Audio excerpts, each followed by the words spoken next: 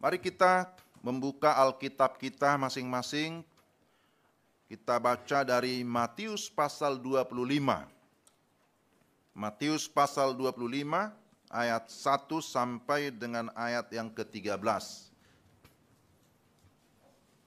Mari kita baca firman Tuhan ini bergantian. Saya baca ayat 1, Bapak Ibu ayat 2, demikian seterusnya sampai ayat yang ke-13.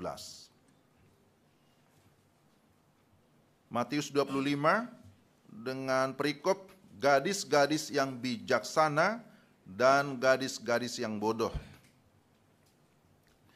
Pada waktu itu hal kerajaan surga seumpama 10 gadis yang mengambil pelitanya dan pergi menyongsong mempelai laki-laki.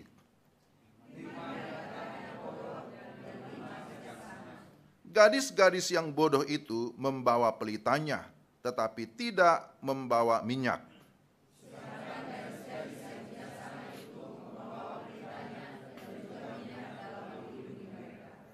Tetapi karena mempelai itu lama tidak datang juga, mengantuklah mereka semua lalu tertidur.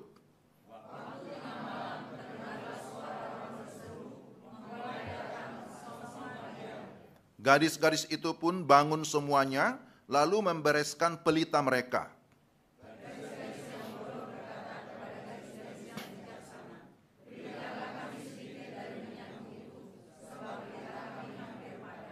Tetapi jawab gadis-gadis yang bijaksana itu, "Tidak, nanti tidak cukup untuk kami dan untuk kamu. Lebih baik kamu pergi kepada penjual minyak dan beli di situ."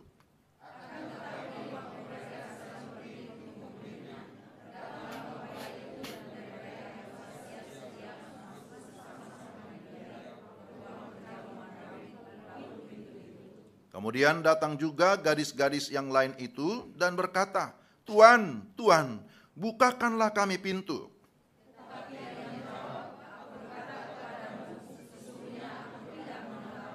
Karena itu berjaga-jagalah, sebab kamu tidak tahu akan hari maupun akan saatnya.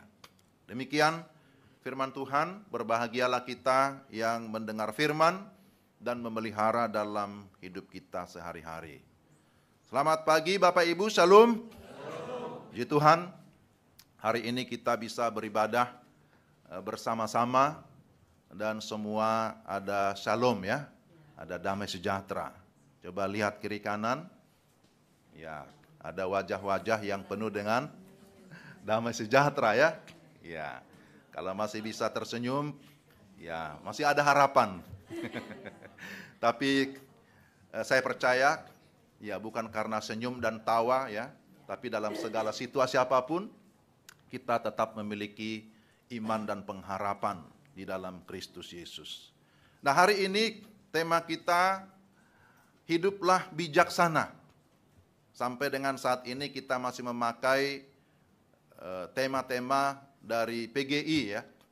Tapi kemarin dalam raker, rapat kerja majelis, diusulkan supaya mulai tahun depan tidak harus mengikuti tema-tema dari Baki, buku Almanak Kristen Indonesia dari PGI, ya supaya pendeta bertambah tugasnya. Bukan itu ya, tapi supaya disesuaikan dengan pergumulan jemaat ya, supaya disesuaikan dengan progres ya, proses kehidupan kita di dalam menjalani visi dan misi yang Tuhan sudah taruh di gereja ini. Nah Bapak Ibu yang dikasih Tuhan, tema kita hiduplah bijaksana.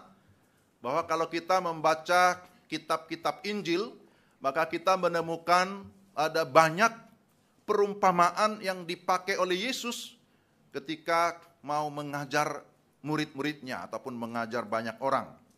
Jadi rupanya perumpamaan itu sangat menolong banyak orang untuk lebih mudah memahami apa yang menjadi pesan atau message yang disampaikan oleh Tuhan Yesus kepada para pendengarnya. Nah, juga di dalam bacaan kita, di dalam Matius 25 yang tadi kita baca, bahwa Yesus juga sedang mengajar murid-muridnya tentang kerajaan surga ya, tentang kerajaan Allah.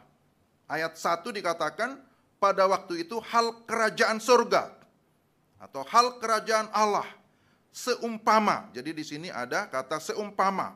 10 gadis yang mengambil pelitanya dan pergi menyongsong mempelai laki-laki. Jadi Yesus sedang mengajar tentang pokok kerajaan Allah atau tentang kerajaan surga. Yang tentu ini ada hubungannya dengan kedatangan Kristus kembali. Kalau kita baca mulai dari pasal 24, itu adalah khotbah tentang akhir zaman. Berbicara tentang eskatologi, bahasa lainnya. Jadi Bapak Ibu yang dikasihi Tuhan, bahwa Alkitab jelas menyatakan atau menjanjikan bahwa Kristus akan datang kembali. Bapak Ibu percaya Yesus akan datang kembali? Amin ya. Kita percaya itu. Kalau kita baca di dalam Kisah Para Rasul pasal 1 ayat 11, itu sangat jelas bahwa Yesus yang sudah naik ke surga, terangkat ke surga, tapi dikatakan dia akan datang kembali dengan cara yang sama. Maksudnya apa? Bahwa kedatangannya itu bersifat pasti, dia pasti akan datang. Kalau Kristus tidak pasti datang, ya sia-sia juga iman kita ya. Ya sama saja prinsipnya, kalau Kristus tidak bangkit, ya sama saja, ya sia-sia kita beriman. Itu satu paket, itu tidak bisa dipisahkan. Kita tidak bisa hanya berkata, saya percaya bahwa Yesus itu sudah disalibkan dan mati, tapi saya tidak percaya kebangkitan. Wah, itu tidak bisa. Atau kita berkata, saya percaya Yesus bangkit, tapi saya tidak percaya dia akan datang kembali. Itu tidak lengkap. Tapi iman yang sejati, iman Kristen, percaya kepada Kristus. Ya, Kristus, Yesus Kristus yang sejati. Dia adalah Allah yang sejati, dia manusia sejati. Bicara tentang Injil, 1 Korintus 15 ayat 3-4 memberikan penjelasan. Injil bicara tentang kabar baik. Kabar baik tentang Yesus yang sudah datang, yang sudah mati, yang sudah bangkit, yang sudah naik ke surga dan akan datang kembali. Nah, bagaimana tentang kedatangannya? Bahwa kedatangannya pasti dan bersifat pribadi, bersifat personal. Tapi juga kedatangannya dikatakan bersifat visible, artinya apa? Terlihat. Dia akan datang kembali secara pribadi dan juga terlihat. Dia kelihatan. Kisah 1 ayat yang ke-11 menyatakan itu. Tetapi saudara, tentang kapan waktu kedatangannya, nah maka di sini kita tidak boleh menebak-nebak. Jangan ada yang memprediksi, meramal. Karena Alkitab jelas menyatakan tidak ada yang tahu. Hanya Bapa yang tahu. Bahwa dia akan datang kembali, iya. Kapan datangnya atau hari apa, jam berapa, itu tidak dicatat secara jelas. Jadi jangan sampai kita mulai memprediksi. Ya, Kristus akan datang kembali. Segera akan datang. Lalu orang mulai berpikir, segera kapan ya? Dari dulu Tuhan akan datang, segera akan datang. Sudah 2000 tahun lebih kok nggak datang-datang. Akhirnya, ya banyak yang tidak percaya. Atau akhirnya banyak juga orang yang santai. Karena berpikir, ini nggak datang-datang ini. Maka firman Tuhan ini menjadi peringatan bagi kita, bahwa Kristus akan datang dan kedatangannya dikatakan tidak diduga-duga, tidak disangka-sangka. Yang digambarkan ya seperti pencuri tengah malam. Ada pernah mahasiswa tanya saya, Pak, emangnya Yesus akan datang tengah malam ya? Ya, saya berkata, itu kan gambaran seperti pencuri tengah malam. Tidak dikatakan bahwa Yesus akan datang tengah malam. Jangan salah paham gitu ya. Seperti pencuri tengah malam, artinya bahwa tidak diduga-duga. Ya kalau zaman sekarang pencuri tidak hanya tengah malam ya. Siang bolong juga pencuri sudah banyak. Iya. Kita taruh barang-barang kita, motor misalnya, di depan keramaian saja hilang gitu ya. Depan Indomaret hilang, ada CCTV juga hilang gitu.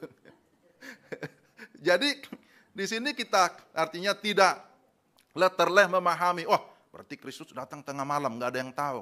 Ya bukan itu yang dimaksud, tapi kedatangannya itu tidak bisa terprediksi, kita tidak bisa duga. Karena itulah Yesus memberikan nasihat supaya tetap berjaga-jaga. Nah, inilah yang digambarkan, diumpamakan di sini seperti 5 gadis bijaksana dan 5 gadis bodoh. Nah, saudara-saudara, kita fokus saja kepada tema kita, hiduplah bijaksana. Bahwa di sini disebutkan di dalam Matius 25 ada 5 gadis bijaksana, tapi juga ada 5 gadis bodoh. Bahwa gadis-gadis di sini adalah ya gadis-gadis yang menjadi pengiring pengantin ya. Ya. Jadi ada mempelai laki-laki, kemudian ada para pengiring mempelai ini. Ini dipilih 10 gadis. Ya, pasti gadis-gadis pilihan sebenarnya ini. Bukan gadis sembarangan.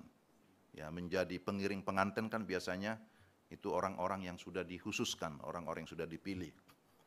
Mungkin sudah dilihat, sudah dilatih cara jalannya dan seterusnya. Itu dugaan saya ya, tapi tidak dicatat di sini.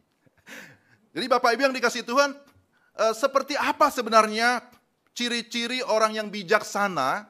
Saya hanya lebih fokus kepada bagian itu. Ada 3 hal yang ingin saya sampaikan. Pertama, bahwa orang yang bijaksana, maka dia memiliki persiapan atau kesiapan. Bukan hanya untuk masa kini, tapi juga kesiapan untuk masa yang akan datang. Nah, ini penting.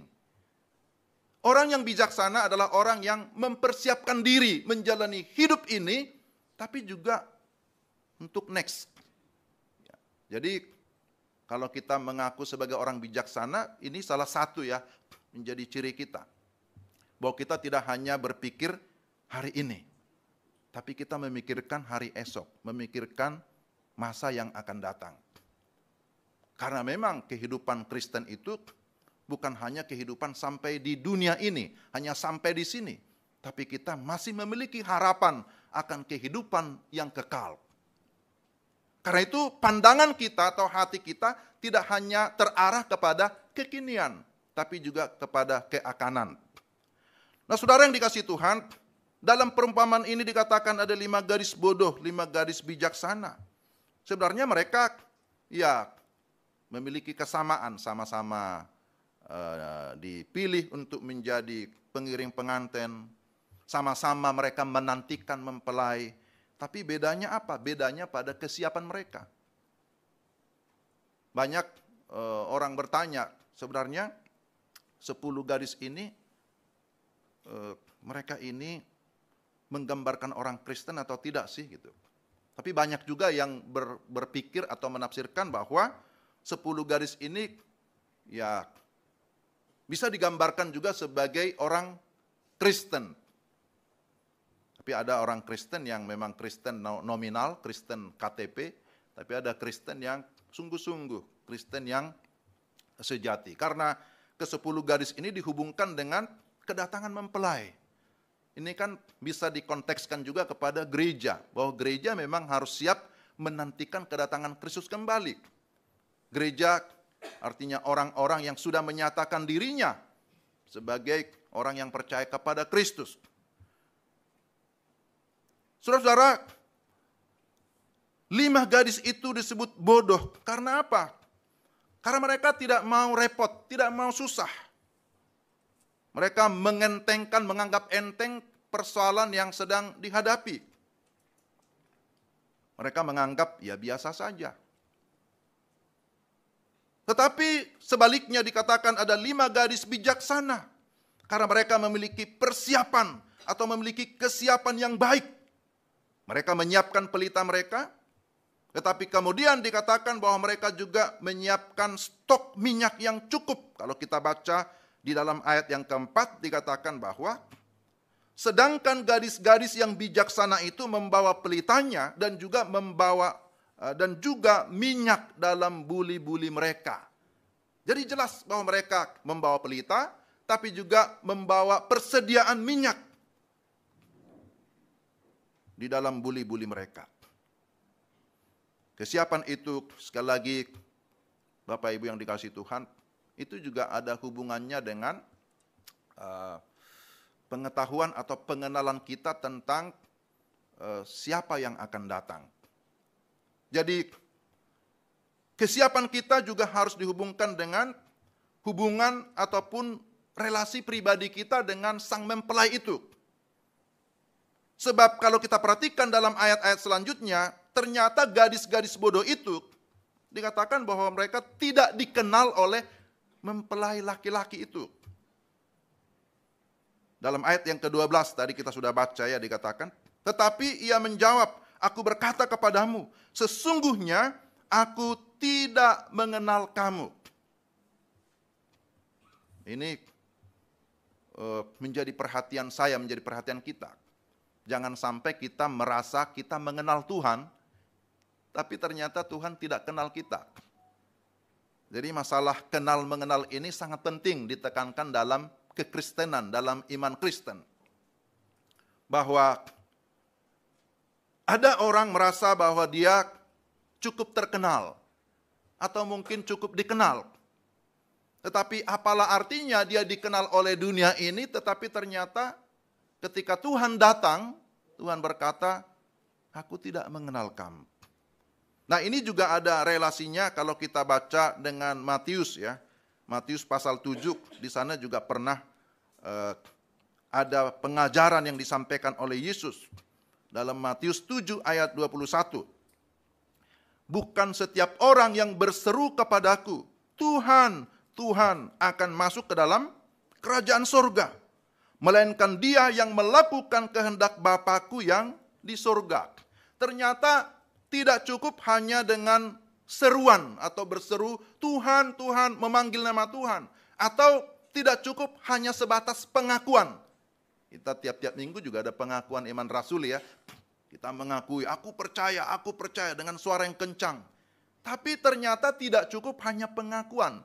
Karena orang yang di luar kita pun bisa mengucapkan pengakuan yang sama dengan suara yang mungkin lebih kencang lagi. Kalau hanya sebatas hafalan. Bisa. Orang-orang di luar kita pun kalau dia mau membacakan itu, ya karena sudah tertulis gitu ya, oh ini pengakuan iman rasuli. Tapi ternyata tidak cukup hanya dengan seruan atau dengan pengakuan di mulut.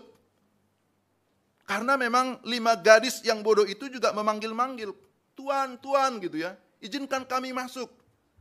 Tapi mempelai itu berkata, aku tidak mengenal kamu.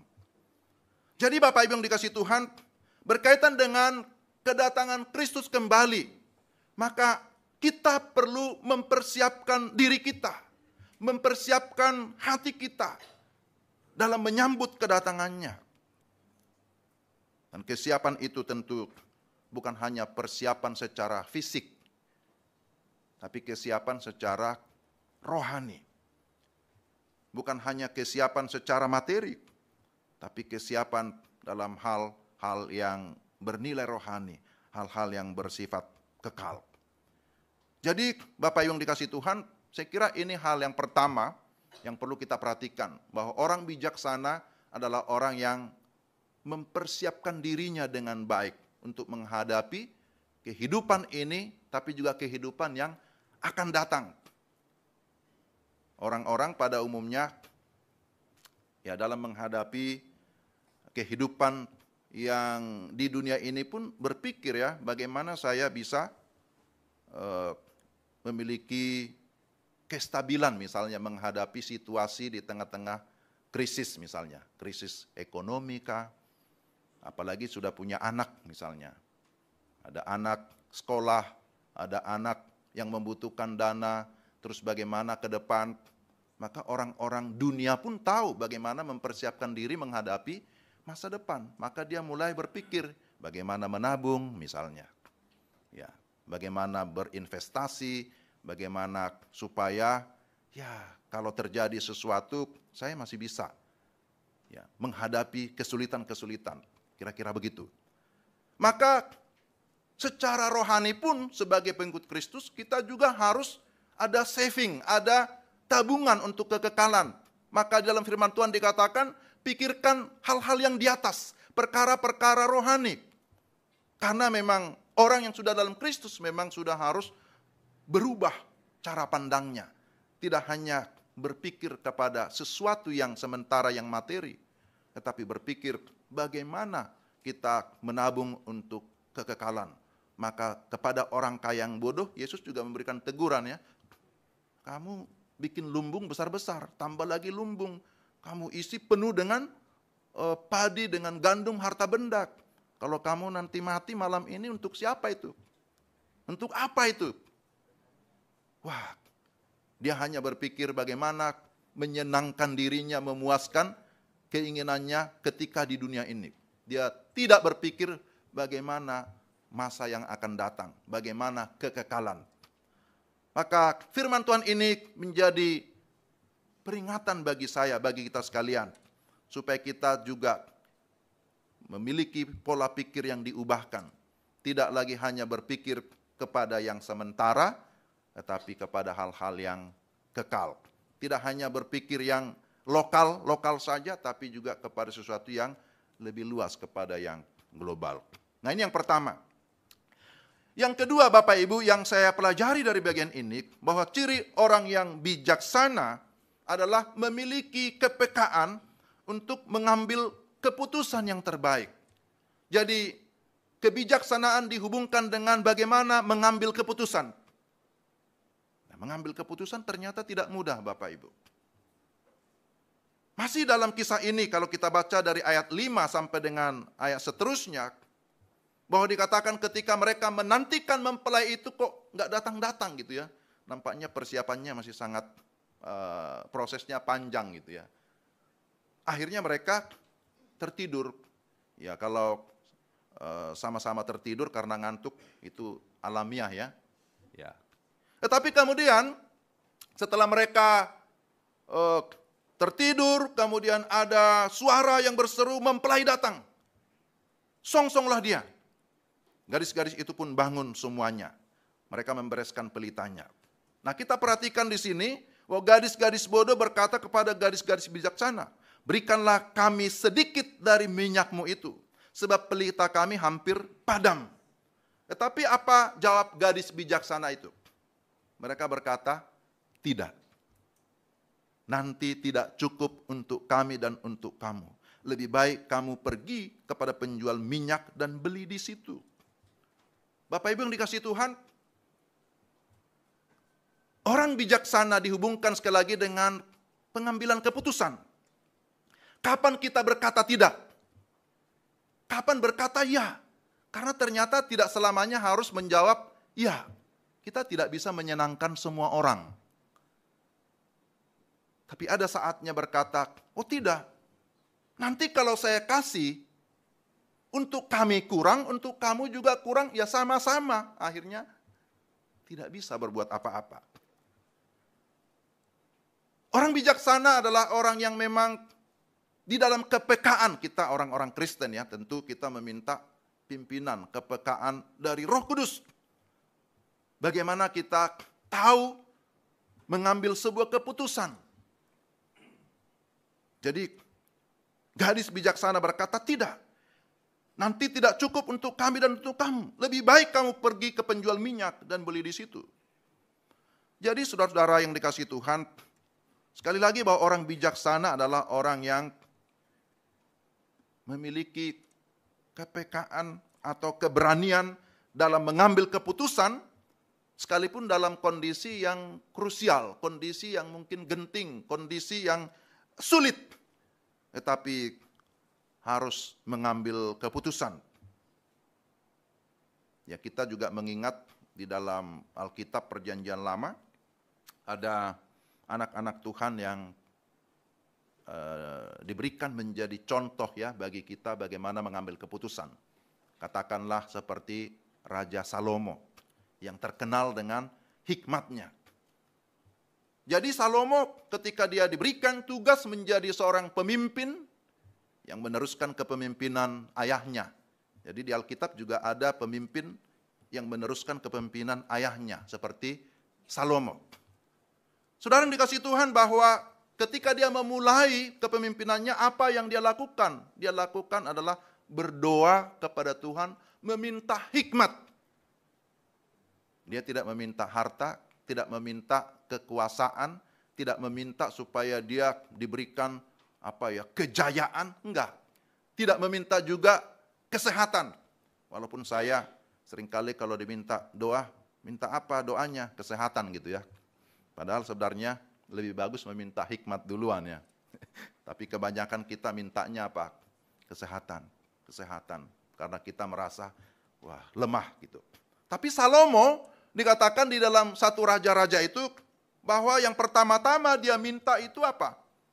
Hikmat. Ya, kebijaksanaan untuk bisa mengambil keputusan. Karena seorang pemimpin, ya dia belum banyak pengalaman, maka dia membutuhkan hikmat untuk bisa mengambil keputusan ataupun kebijakan. Dan kemudian ketika diberikan ada satu kasus, ada dua ibu itu ya, kita tahu cerita itu. Yang anaknya satu mati, satu masih hidup, kemudian bagaimana dia mengambil keputusan. Ya. Saudara-saudara yang dikasihi Tuhan, selain daripada Salomo ada contoh-contoh lain di dalam Alkitab yang bisa kita lihat. Bagaimana misalnya Daniel dengan teman SMA-nya, Sadrak, Mesak, Abednego ya, teman SMA. Ketika diperhadapkan dengan situasi yang sulit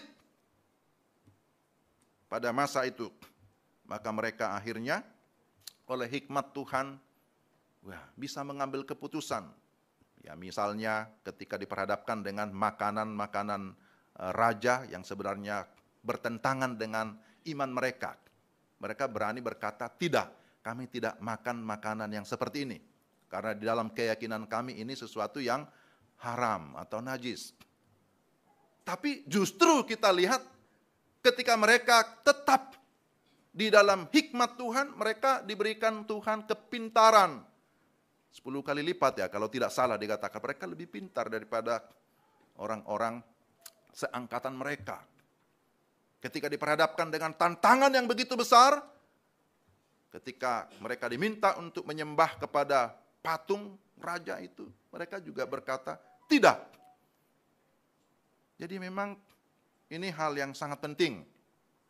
Tapi bagaimana mereka bisa mengambil keputusan, ini juga tidak terlepas dari bagaimana mereka memiliki hubungan yang baik dengan Tuhan. Bahwa mereka memiliki kerohanian yang baik. Mereka memiliki spiritualitas yang baik. Mereka menjadi orang-orang yang berdoa, menjadi orang-orang yang takut akan Tuhan, menjadi pribadi-pribadi yang memang percaya kepada firman Tuhan. Tadi dalam Mazmur kita responsoria dikatakan bahwa orang-orang bijaksana karena apa? Karena dia percaya kepada firman.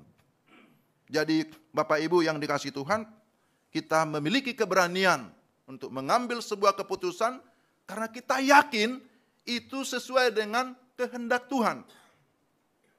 Kita mengambil keputusan karena kita yakin kita dipimpin oleh Roh Kudus. Salah satu cirinya ya kita memiliki damai, ada damai sejahtera. Karena prinsip firman Tuhan, di mana ada kebenaran, di situ ada damai sejahtera. Ketika kita hidup dalam kebenaran, maka di sana ada damai sejahtera. Maka Tuhan memimpin kita oleh damai sejahtera itu untuk mengambil keputusan. Itu sebabnya dikatakan di dalam Kolose, ya, damai sejahtera memerintah. Damai sejahtera menolong kita, menuntun kita untuk mengambil keputusan di dalam kehidupan kita. Jadi orang bijaksana adalah orang yang memiliki kepekaan mengambil keputusan. Kapan berkata tidak, kapan berkata ya, atau bahkan juga kapan akan diam. Tidak selamanya kita harus berbicara. Kapan kita akan berbicara, itu juga membutuhkan hikmat. Kalau kita terus ngomong, padahal orang lain masih ngomong, nah di mana bijaksananya gitu ya. Orang lain masih memberikan penjelasan, kita tidak mau dengar, nah di mana hikmat itu? Jadi ini juga membutuhkan kepekaan.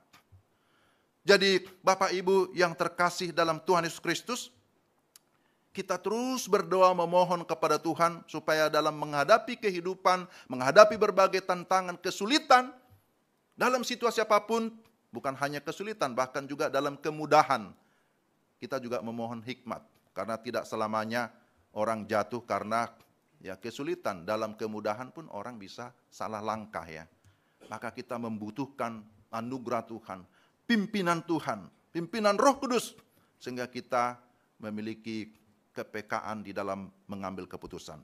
Jadi dikatakan di sini bahwa 5 gadis itu bijaksana karena dia tahu mengambil keputusan yang terbaik pada saat itu. Tapi kemudian dikatakan bahwa ada 5 gadis yang bodoh karena memang mereka tidak memiliki kepekaan di dalam mengambil keputusan.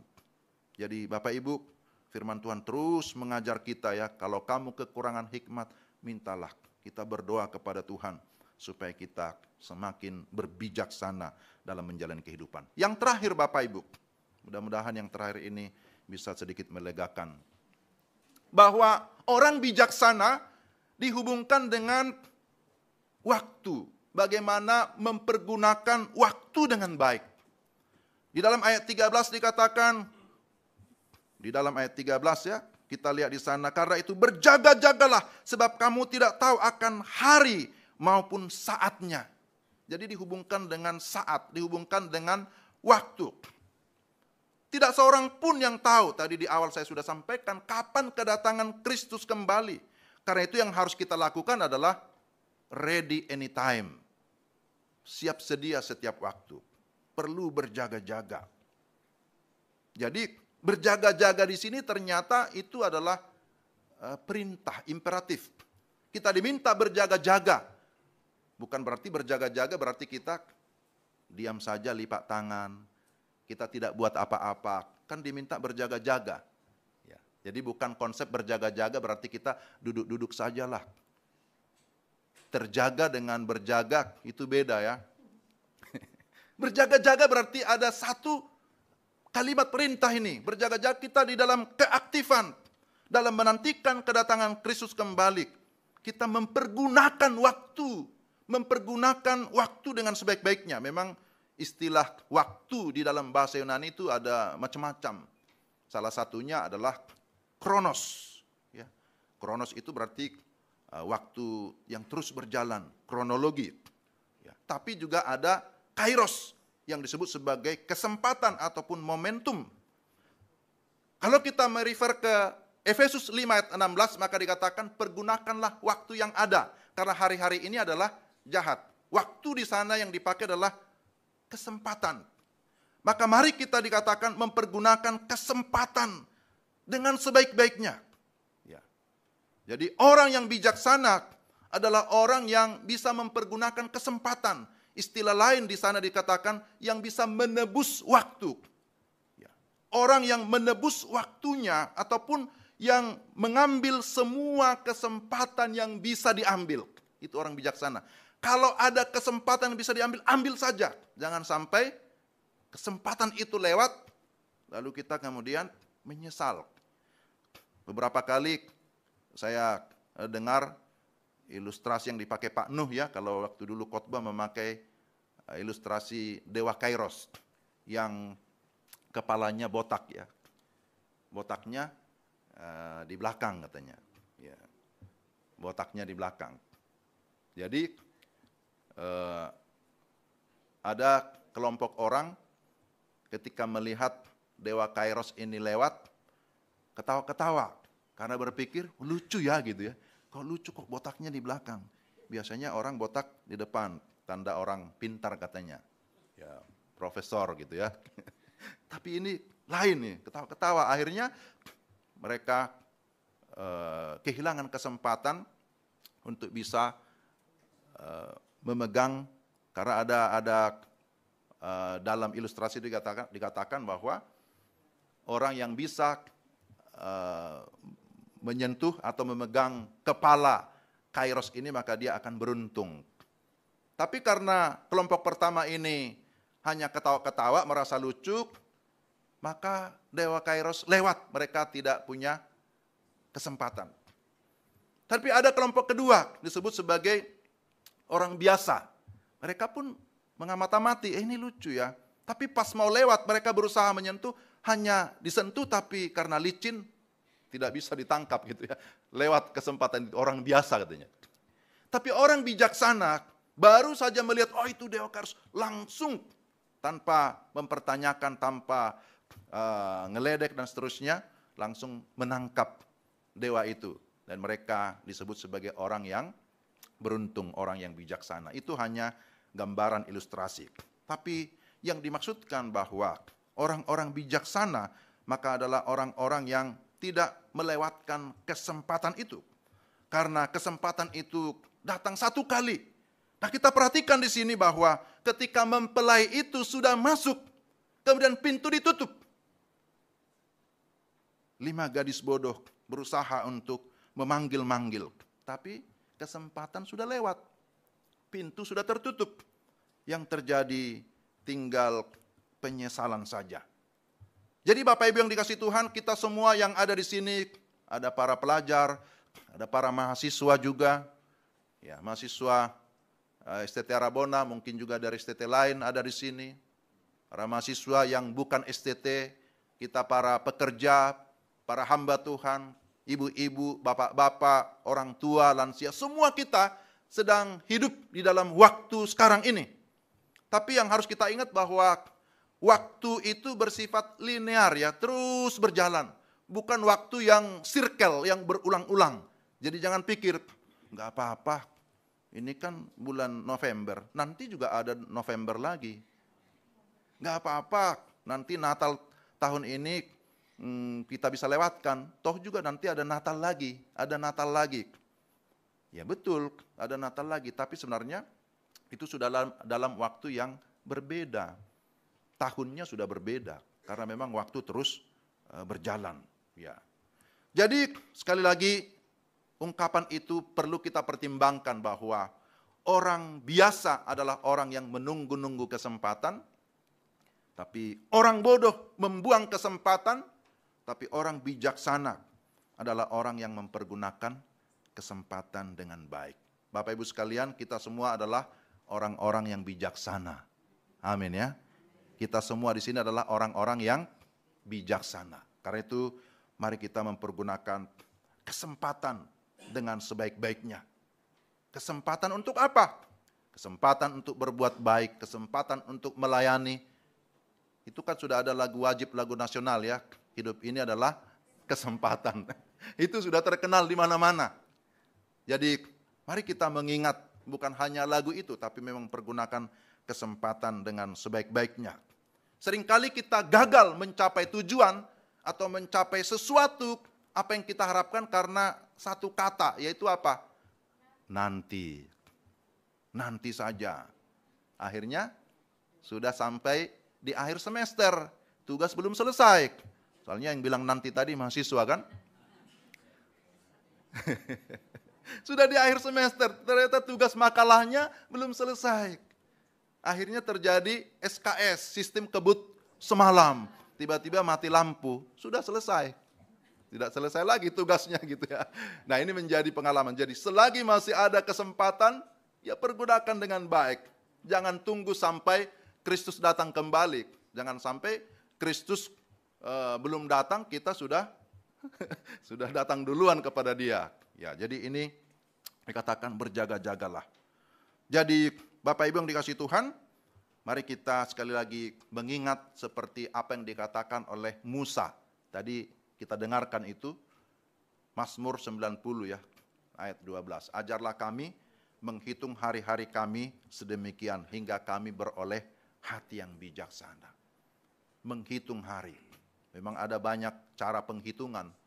Ya, ada orang berkata oh, ada cara tambah, cara kurang, cara kali, cara bagi, tapi semua itu kita bisa pakai cara-cara penghitungan itu. Tapi kita akan lebih bijaksana ketika kita sekali lagi bisa melipat gandakan waktu kita bisa membagi kehidupan kita, karena hidup ini singkat dikatakan seperti uap. Hidup ini singkat seperti bunga rumput, pagi segar, siang sudah layu. Tetapi bagi kita yang sungguh-sungguh di dalam Tuhan, sebenarnya bukan masalah berapa panjang usia hidup kita, tapi selama kita hidup, kita pergunakan itu dengan sebaik-baiknya. Itulah yang berkenan kepada Tuhan. Jadi Bapak Ibu mengakhiri daripada khotbah minggu ini, ini penting menjadi catatan saya.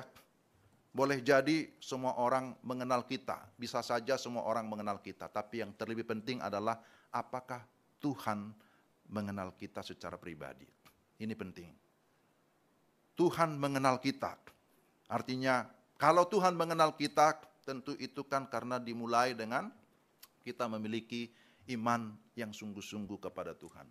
Kita sudah sungguh-sungguh memiliki kelahiran baru, kelahiran secara rohani, dengan sungguh-sungguh percaya dan menerima Dia sebagai Tuhan dan Juru Selamat, tetapi tidak hanya berhenti pada pengakuan iman, tapi orang-orang yang percaya adalah orang-orang yang melakukan kehendak Tuhan, melakukan kehendak Bapa, melakukan apa yang Tuhan mandatkan, sehingga kehidupan kita menjadi kehidupan yang berbuah.